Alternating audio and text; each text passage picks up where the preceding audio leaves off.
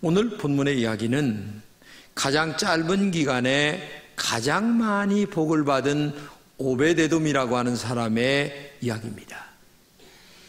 다윗이 왕이 되었습니다.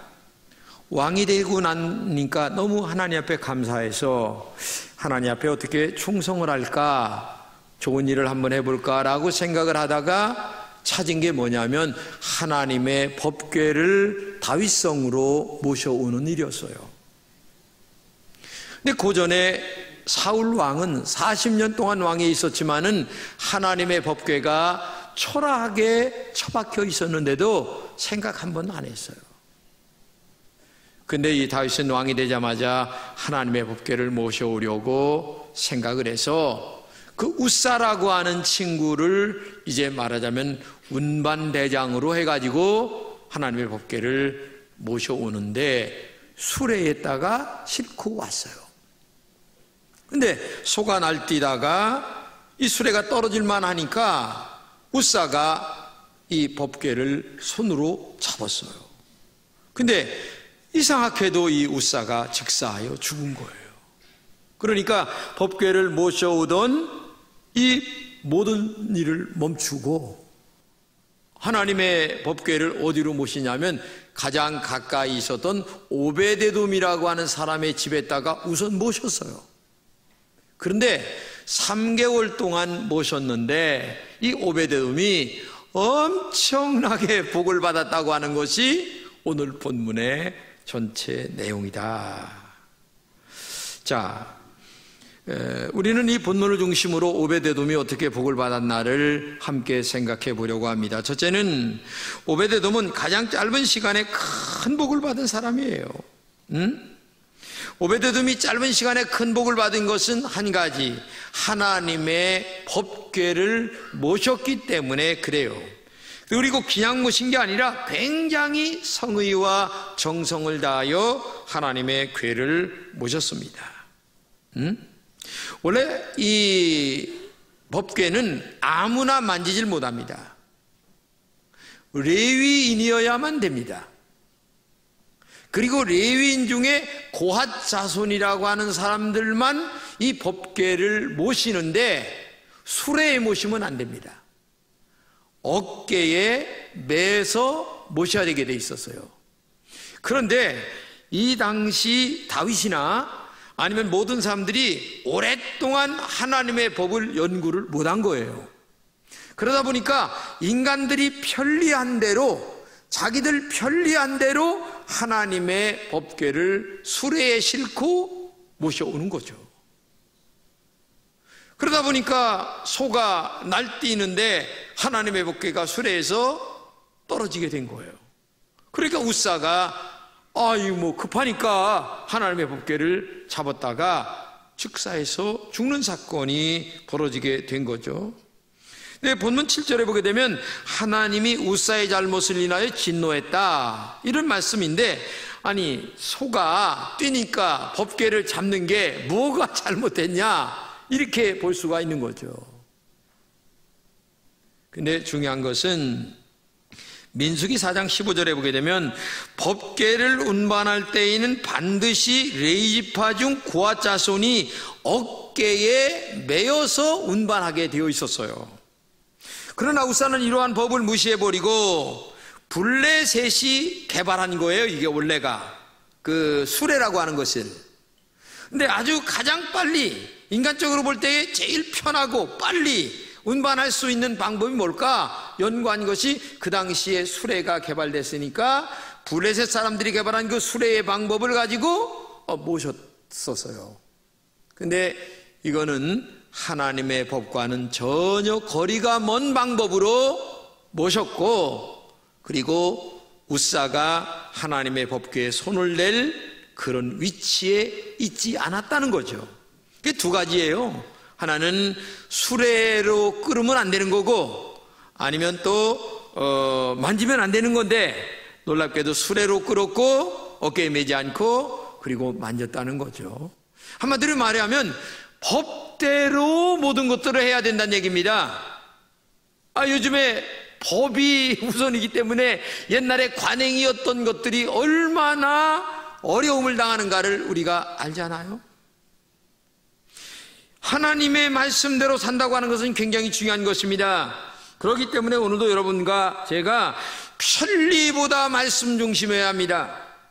효과보다 성경 중심해야 합니다. 느린 것 같아도 성경대로 신앙생활해야 되는 거예요. 근데 인간은 성경은 그렇다 할지라도 내가 지금 어렵고 힘들고 형편이 이러니까 하면서 성경 말씀보다는 인간 내 어떤 그 편리성 그리고 쉬운 것 이런 것들을 들이대다 보니까 우사 같은 일이 벌어지게 된다는 사실을 기억해야 됩니다. 그래서 현장에서 이런 일이 벌어지니까 가장 가까이 있었던 이 오베데돔이라고 하는 사람의 집으로 하나님의 법궤를 모셨어요. 그런데 놀랍게도 복을 얼마나 받았는지 한번 같이 성경을 읽겠습니다. 하나님의 궤가 오베데돔의 집에서 그의 가족과 함께 석 달을 있으니라. 여호와께서 오베데돔의 집과 그의 모든 소유에 복을 내리셨더라. 하나님을 잘 섬겼어. 그랬더니 복을 받은 것이 결국 오베데돔이 짧은 시간에 가장 복을 많이 받는 사람이 됐다. 그러면 두 번째로 생각할 건 뭐냐? 이 법궤가 뭐냐 이거예요. 아니 법궤를 모셨더니 이렇게 복을 받았는데 법궤가 뭐냐? 법궤는 하나님의 임재의 상징, 하나님의 권위의 상징이란 얘기입니다. 이 법궤 자체가 하나님은 아닙니다. 하나님이 모세에게 요렇게 만들으라 라고 계시를 하셔서 그 사람들이 계시에 따라 이 궤를 만들었을 뿐이에요. 그런데 하나님은 상징적으로 이것은 나를 상징하는 것이다. 그리고 내가 이 법궤에 임재한다라는 거예요. 그래서 구체적으로 계시하여 주신 대로 만든 이 법궤를 모셔오는데 우사가 잘못했고 오베데돔은 갑작스레이 하나님의 법궤를 모시게 됐어요. 그러니까 하나님의 법궤를 모셨다고 하는 것은 하나님을 자기 집에 모셨다는 거나 같은 얘기란 얘기죠. 그러니까 법궤를 모셨어. 그 말은 하나님을 모셨다는 얘기죠.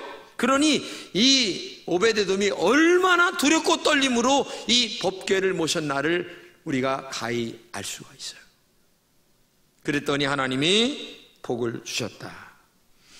우리가 신앙생활 할 때에 오베데돔처럼 하나님이 내 인생에서 1번이 돼야 되고 가장 소중한 분이 돼야 되고 가장 으뜸이 되는 신앙으로 우리가 신앙생활을 해야 된다는 것을 말씀하고 있는 겁니다. 그것은 먼저 우리 마음 중심이 하나님이 보실 때에 예뻐야 돼요.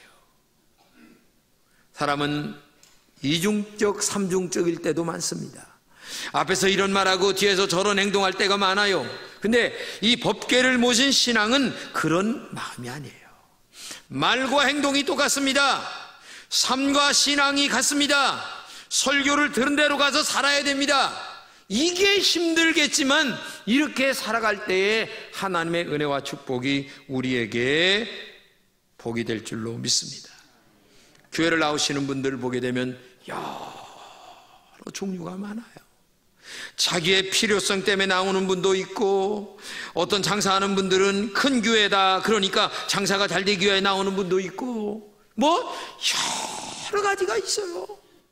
그러나 처음 나오시는 분들의 그런 마음을 이해는 합니다. 그러나 원칙적인 얘기를 한다면 순수하게 하나님을 잘 섬기기 위하여 나오는 것이 신앙의 본질임을 우리가 알고, 여러분의 마음 중심이 정말 하나님 보실 때에 아름답고 예쁘고 정직하고 진실하고 그런 마음으로 하나님을 섬기는 여러분 되시기를 주님의 이름으로 축복합니다. 두 번째는 하나님께 준비된 예배가 되어야 됩니다. 사람을 만날 때도 준비합니다. 머리도 빗고 넥타이도 고르고 옷도 생각해보고, 그런데 만군의 여호와 하나님을 뵈러 나오는 이 예배에 함부로 나오면 되겠습니까? 토요일서부터 마음 준비, 헌금 준비, 아니면 옷도 못 입고 갈까 깨끗하게 빠른 것을 준비해서 입고 나오는 이런 하나님 앞에 나오는 마음의 자세가 우리가 보통 이런 정도로 돼야 오늘의 오베데돔이 복을 받듯이 우리가 받는 것이 아니냐. 법궤를 다른 말로 하면 언약궤라고 합니다. 이 언약은 하나님의 말씀을 말합니다. 구약에서 법궤가 하나님을 상징했습니다. 오늘의 언약궤는 하나님의 말씀이고 예수 그리스도를 얘기합니다. 그렇기 때문에 오늘도 말씀을 받는 영적 자세가 우리 마음속에 정말 바른 자세를 갖고, 그래, 우리 주님의 종을 통하여 나에게 주시는 말씀이야, 이 말씀을 바르게 받고 나는 그대로 순종하며 살아가야지 라고 하는 영적 자세를 갖고 말씀을 받아야지 다른 마음으로 받으면 안 된다는 거죠. 그러기 위해서 우리는 하나님의 말씀대로 살아야 할 의무가 있습니다. 하나님의 말씀에 순종하고 그러한 믿음으로 살아갈 때에 하나님이 우리에게 인격이 변하게 되고 삶이 변하는 삶을 살아가게 되는 거예요. 말씀으로 말미암아 우리의 인격을 잘 다듬어줘야 된다는 얘기입니다. 바닷가에 보게 되면 모든 돌들이 동그랗게 다 다듬어져 있어요. 하도 파도에 부딪히고 돌에 부딪히다 보니까 마찬가지로 하나님의 말씀에 내 마음에 깨달음을 갖고 우리의 마음에 이렇게 아주 뾰족하게 생긴 마음들을 그래 잘라야지, 이거는 아니야, 내가 너무 인격적이지 못해, 이런 것들을 우리가 다듬어서 아름답게 하나님의 사람으로 우리가 살아가야 되지 않겠느냐 하는 것들을 말씀하고 있는 것입니다. 우리는 하나님을 신실하게 경배해야 됩니다. 얄팍한 인간의 머리의 계산으로 하나님 앞에 나오면 안 된다는 얘기입니다. 하나님은 여러분의 머릿속에 갇혀 있을 뿐이 아닙니다. 여러분의 계획 속에 갇힐 뿐도 아닙니다. 온 우주에 충만하신 분이 하나님이세요. 그렇기 때문에 오늘도 이 패역하고 악한 세대 속에서 여러분과 제가 바른 마음의 중심과 말씀 중심의 신앙으로 하나님 앞에 바르게 서는 여러분 되시기를 주님의 이름으로 축복합니다. 그러면 법궤가 하나님의 임재의 상징이요 하나님의 권위의 상징인데, 이 당시의 법궤 안에는 3가지가 들어있었어요. 뭐냐? 첫째는 법궤 안에 십계명이라고 하는 2 돌판이 들어있었어요. 모세가 하나님에게 계시를 받고 하나님의 성령으로 쓴 돌판을 받아가지고 내려오는데 40일을 걸렸어요. 그러니까 모세가 죽었는가 보다 하면서 이 땅 아래에서는 산에 올라가서 봤는데 난리가 난 거예요. 금송아지를 만들고 이것이 우리를 애굽에서 인도한 신이다 하면서 난리가 났어요. 왜? 모세가 내려오다 보니까 난리가 난 거 아니겠어요? 그래서 그냥 하도 화가 나니까 이 하나님께 받은 이 돌판을 던져버렸어요. 그때 돌판이 2개로 깨지면서 3,000명이나 죽었어요. 그런 어려운 사건이 있었어요. 하나님이 제일 싫어하는 게 우상숭배거든요. 근데 세상에 금송아지를 만들어가지고 이것이 우리를 인도한 신이다 이렇게 얘기하니까 얼마나 하나님이 화가 나는지 3,000명을 죽였어요. 오늘도 하나님보다 더 사랑하는 것, 그게 우상입니다. 어떤 사람은 명예라면 기를 쓰는 사람이 있어요. 돈이라면 정신 못 차리는 사람이 있어요. 여러분, 그런 것들은 보이지 않는 우상이에요. 내가 만든 내 안의 신들이 얼마나 많은가? 많아요. 정말 이 세상에 하나님보다 더 사랑하는 것들이 얼마나 많은가? 그렇기 때문에 오늘도 여러분과 제가 시편 1편에 있는 대로 복 있는 사람은 여호와의 율법을 즐거워하며 그 율법을 주야로 묵상하는 자로다 하신 것처럼 하나님의 말씀 중심으로 살아가는 여러분들이 되시기를 바랍니다. 법궤는 하나님을 만나는 장소입니다. 법궤는 하나님을 말씀하시는 곳이에요. 그러므로 법궤는 말씀이며 예수 그리스도이십니다. 구약의 법궤에서 하나님을 만났습니다. 신약은 예수를 통하여 예수 그리스도의 주신 말씀을 통하여 하나님을 만납니다. 그렇기 때문에 오늘도 여러분과 제가 신앙 중심이 말씀 중심, 이렇게 우리가 돼야 되는 거예요. 그래서 하나님의 말씀 외에 그 어느 것도 중심이 돼서는 안 된다. 그거를 우리에게 이 법궤 안에 들어있는 돌판이 우리에게 말씀해 주고 있다는 것을 알고, 성경 말씀이 여러분의 인생에 복된 가이드가 되고, 그리고 복된 안내자, 그리고 이 말씀이 삶의 원칙이 되는 그런 신앙생활을 할 때에 그게 아름답고 은혜로운 축복된 삶을 살게 될 줄로 믿습니다. 이 두 번째 법궤 안에는 아론의 쌍난 지팡이가 있었어요. 이 말이 뭐냐면은 이스라엘 백성들이 애굽에서 나와가지고 가나안 땅으로 들어가는데 40년 걸렸어요. 근데 40년 걸려 나오는데 별의별 일이 다 있는데, 모세가 지도자고 그 다음에 아론이 제사장이었어요. 근데 고라 자손이, 그리고 여기 보게 되면 다단, 아비람, 온, 이런 사람들이 당을 지어가지고, 야, 너희들만 하나님의 종이냐? 우리도 하나님의 백성이다 하면서 이 모세와 아론에게 대들은 거예요. 그러니까 하나님 앞에 기도를 했어요. 그랬더니 하나님께서 계시하시기를 지파별로 지팡이를 만들어 가지고 나와라. 그래서 한 지파 12지파니까 한 지파에 하나씩 지팡이를 가지고 나왔는데, 그 중에 아론의 지팡이도 따로 만들어라. 근데 놀랍게도 밤이 지나고 난 다음에 보니까 다른 지팡이에서는 다 아무것도 그대로 있는데 아론의 지팡이에서만 싹이 나고 살구 열매가 맺혔어요. 그 말은 뭐냐? 하나님께서 세우신 종이다 라는 증거를 모든 백성들에게, 12지파에게 보여주었다는 얘기죠. 이것이 굉장히 중요한 의미를 갖고 있는 거예요. 아론의 쌍난 지팡이에 주는 교훈이 뭐냐? 하나님이 세운 주의 종을 거역하지 말라. 하나님이 세운 종을 인간적으로 함부로 판단하지 말라. 원망하지 말라.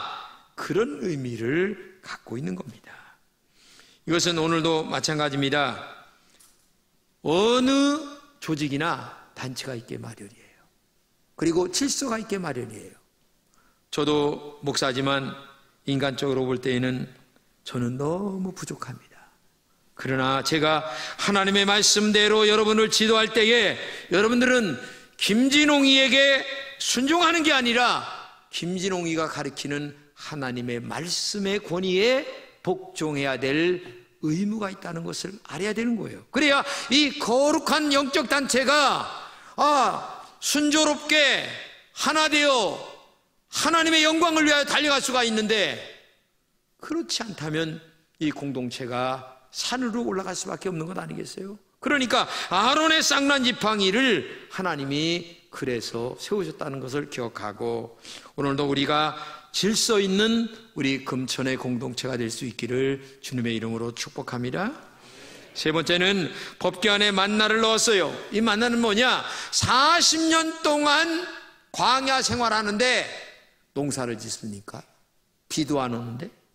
근데 하나님이 만나를 내리셔서 40년 동안 이스라엘 백성들이 먹고 살게 된 거예요. 40년 동안 아무것도 안 했는데 매일 만나를 주시니 40년을 먹고 살았는데, 그 말은 다른 말로 이게 뭐예요? 너희들은 하나님의 은혜가 아니면 살 수 없다. 내가 하늘에서 만나를 내리지 않으면 너희들 살 수가 없어. 그 말을 우리에게 가르쳐주고 있는 거예요. 오늘 지금 여러분과 제가 살아갑니다. 내가 다 노력하는 것 같아도요, 사실은 뒤에서 하나님의 은총이 있기 때문에 여러분과 제가 먹고 사는 줄로 믿습니다. 이게 오늘도 만나를 먹이시는 이 하나님의 은총이 얼마나 큰가를 알고, 오늘도 하나님의 은혜 가운데 내가 살고 있습니다. 은혜 가운데 이 자리에 나왔습니다. 날마다 하나님의 은총 가운데 살고 있음을 고백하는 여러분 되시기를 주님의 이름으로 축복합니다. 하나님이 없으면 나는 살 수 없다는 이 신앙 고백이 얼마나 중요한가를 알아야 돼. 내가 노력한다고 해서 다 잘 됩니까? 그래서 성경은 이렇게 갑니다. 손이 수고한 대로 먹는 것이 큰 복이다. 여러분, 내가 노력한 것만큼 월급 타고, 노력한 것만큼 건강하고, 노력한 것만큼 살아가는 것도 큰 복이에요. 아니 근데 노력한 것만큼도 안 되는 분들이 얼마나 많아요. 에? 손이 수고한 대로 거두지 못하는 분들도 너무 많아요. 애썼는데도 안 되는 분들이 너무 많아요. 그런데 우리는 손이 수고한 대로 먹고 있다는 것 자체가 얼마나 감사. 에? 이걸 알면서 하나님의 은총으로 살고 있다, 이 고백이 여러분들에게 있기를 축복합니다. 그러면 법궤를 모신 이 오베데돔이 받은 복이 뭐냐? 첫째는 가문이 잘 되는 복이었어요. 여러분, 굉장히 중요한 얘기입니다. 이게 아까 모세에게 대항했다고 그랬잖아요. 근데 모세에게 대항한 대표가 누구냐면 고라요. 고라 아니면 여러 사람들이 대항을 했는데, 그 고라의 자손 중에 한 사람이 누구냐면 오베데돔이에요. 그러면 이 오베데돔은 멸망받을 놈이에요. 복을 받아서는 안 될 사람이야. 근데 고라의 자손 중에 하나가 오베데돔인데, 이 오베데돔이 하나님의 법궤를 잘 모셨더니 하나님께서 석 달간 모셨는데도 굉장히 큰 복을 주셨어. 그러니까 한마디로 얘기하면 가문의 저주가 끊어진 거야.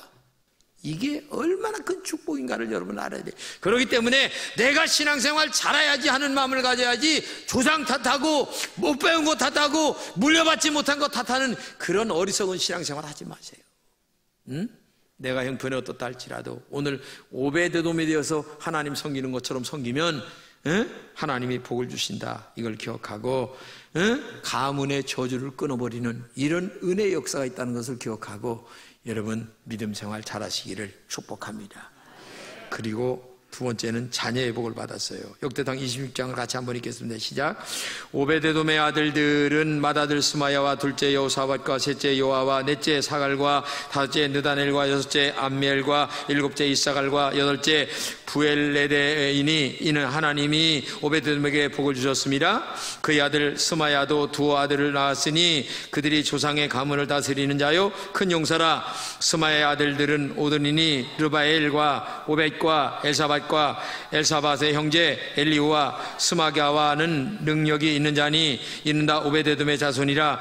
그들과 그의 아들들과 그의 형제들이 다 능력이 있어 그 직무를 잘하는 자니 오베데돔에게서 난 자가 62명이며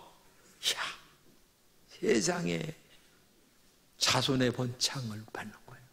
그리고 자손이 그냥 번창만 된 게 아니고 잘 된 거야. 잘 된 거야. 이게 축복이에요. 할렐루야. 나보다 내 아랫대가 잘 돼야 되는 거예요. 가문은 나팔처럼 열려지는 은혜가 있어야 될 줄로 믿습니다. 여러분들의 가정도 그런 은혜가 있기를 축복합니다. 그것은 다른 게 아니에요. 오베데돔처럼 하나님이 1번 되는 신앙, 오베데돔처럼 하나님이 정말 중심이 되는 신앙, 오베데돔처럼 하나님께 영광을 돌리는 신앙, 이것이 오늘 우리가 잘 되는 복을 받는 능력이 될 줄로 믿습니다. 성경 시편을 읽겠습니다. 시작. 할렐루야. 여호와를 경외하며 그의 경계를 크게 즐거워하는 자는 복이 있도다. 그의 후손이 땅에서 강성하며 정직한 자의 후손에게 복이 있으리로다. 여러분, 하나님 말씀대로 사셔서 오늘의 오벳에돔이 되어서 복을 많이 받는 여러분 되시기를 주님의 이름으로 축복합니다.